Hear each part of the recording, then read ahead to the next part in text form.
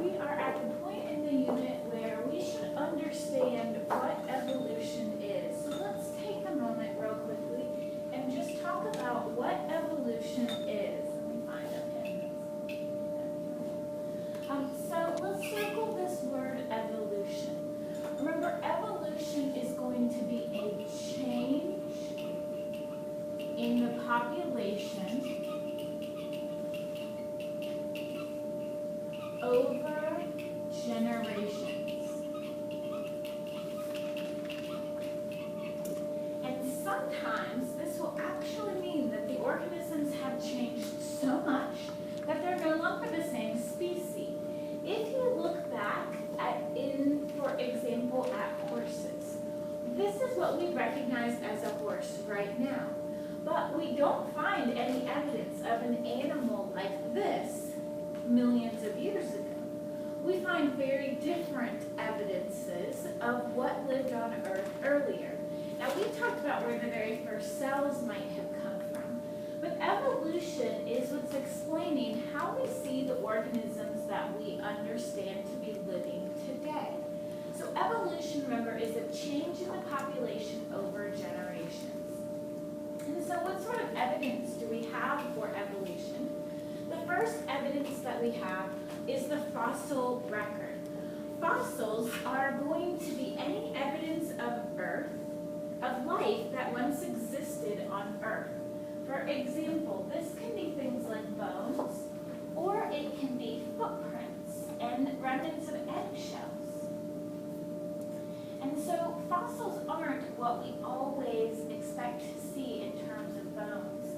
Sometimes fossils are other things, such as if you look back at early man and early human and the pottery that was left behind and the tools that were left behind, we consider that to be part of the fossil record as well.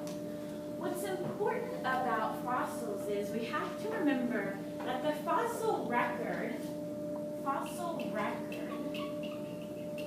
is incomplete. Not everything that lives will leave a fossil. And so we have to remember that when we're looking at a fossil record, it will show us a pattern, but does not show every living thing. So this is why we have what are sometimes called gaps in the fossil record, because we can't see, for example, a picture of every living thing that existed. In fact, we don't even always know where to look to find fossils. And so the fossil record does show us a pattern. If you look at this diagram here, it shows you arrangements of bones, and it shows you a pattern of what we think has happened over time. When we look at fossils, there are two important things to remember. The first is called relative dating. So when I'm looking at a series of fossils, relative dating shows the order of appearance of fossils. And when we think of relative dating, I want you to think of a laundry basket.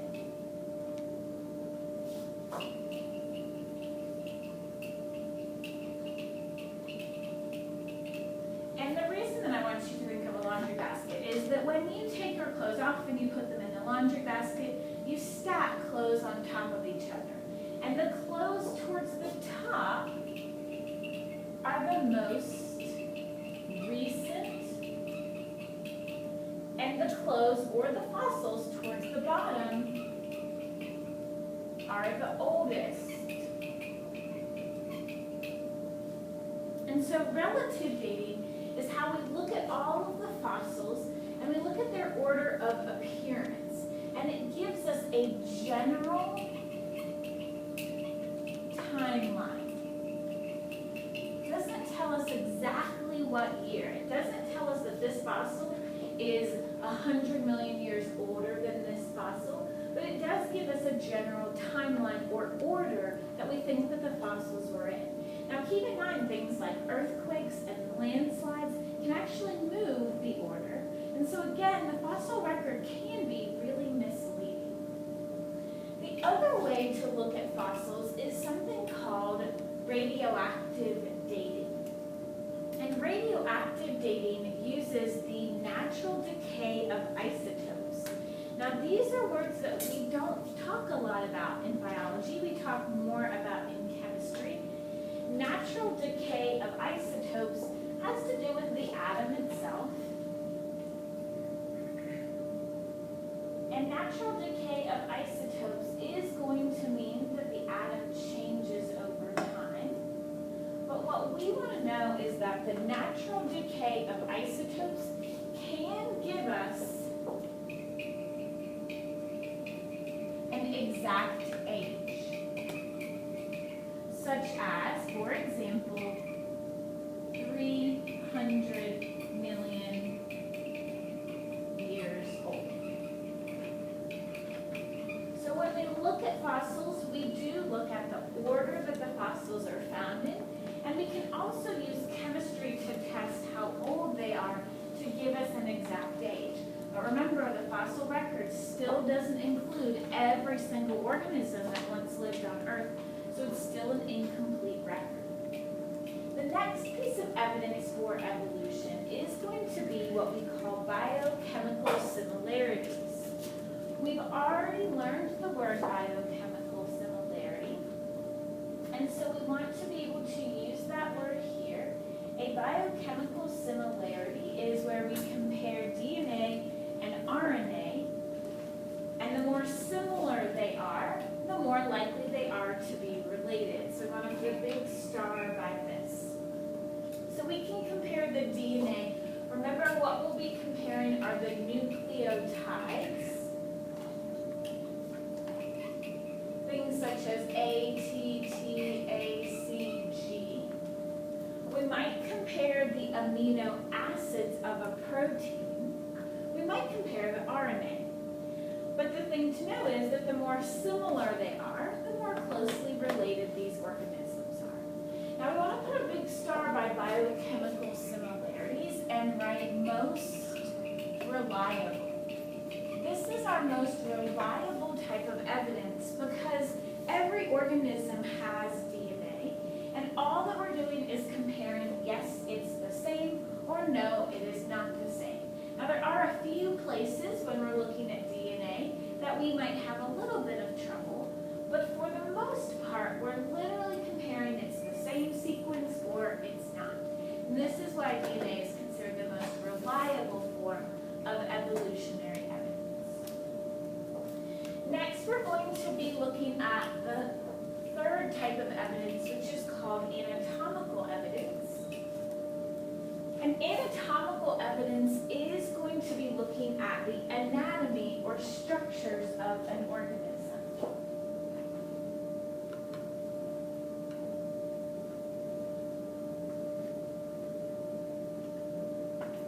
And so when we look at the anatomy of a human, a whale, a dog, and a bat, we see similar structures.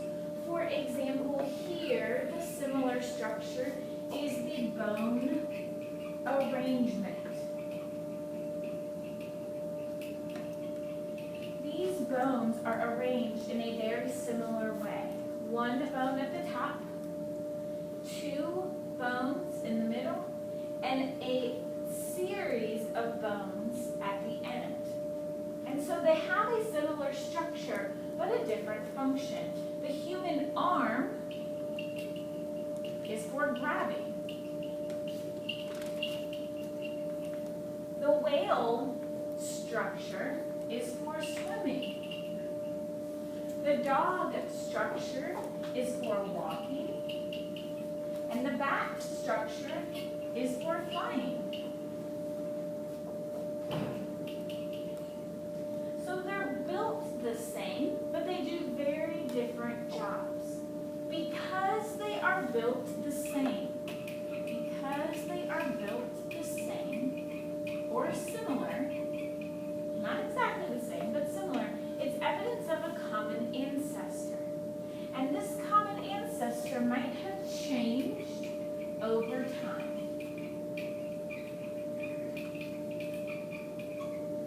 And so when we look at anatomy, we have to be very careful, because just because you have a wing and you can fly doesn't mean that you're closely related. A bat's wing is actually much more like a human's arm than a bat's wing is to a butterfly's wing. Bat and butterfly wings both fly, but they're built so very differently. So we group our structures into two types. Homologous means, homo means same or similar. They have a similar structure, but different jobs. Next we see what are called analogous structures. Analogous structures are things like a bird wing, a bat wing, and a butterfly wing. It means that they have the same job, but different functions. Same function, different structure. Or we can say same job, different build.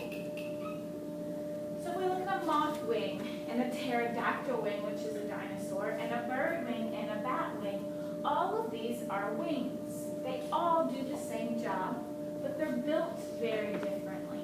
And so this is not evidence of a common ancestor. Instead, it's evidence of what we call a common environment, meaning that they were all trying to find a way to be best suited to be in the air. And this organism was best suited by having a very thin protein-based wing. And these organisms were best suited by having bones, but some had feathers and some had skin. And so it's not really evidence of a common ancestor.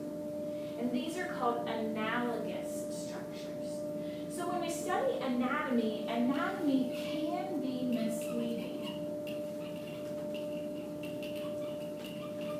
We really have to study, is it built the same or does it do the same job? So far we've looked at structures that are similar.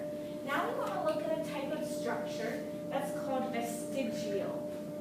Vestigial structures currently serve no purpose, but they are evidence of evolution.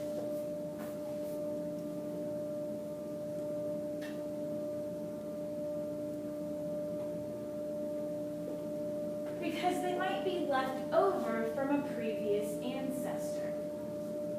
And so vestigial structures are still part of our anatomy. They're things like your tailbone, your wisdom teeth, or your appendix. Let's talk, for example, about your wisdom teeth. Your wisdom teeth are extra molars, or what we call your back teeth. And it used to be, back before we had toothbrushes and dentists, that you would lose teeth over time. And that by the time you reached about 18, you had probably damaged some of your teeth. So it used to be an advantage to have extra teeth grow in.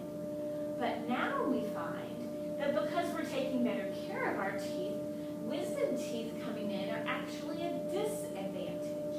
And so vestigial structures like wisdom teeth are actually evidence of a change in environment.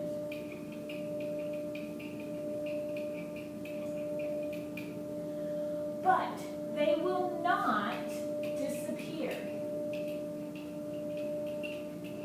We still see people with wisdom teeth because there's no disadvantage to having wisdom teeth. Now, if we didn't remove wisdom teeth and they got infected and people died, then we might see natural selection. But for things like wisdom teeth and the appendix and the tailbone, they are called vestigial structures because they're vestiges or left over. A vestige is something old. And so when we look at organisms and we want to understand if they are related and how they have changed over time, we can look at anatomical structures. Sometimes we see that structures are vestigial, sometimes they're homologous, sometimes they're analogous. We can study the physical structure of the organism. remember, we can also go back and study the DNA that caused those structures.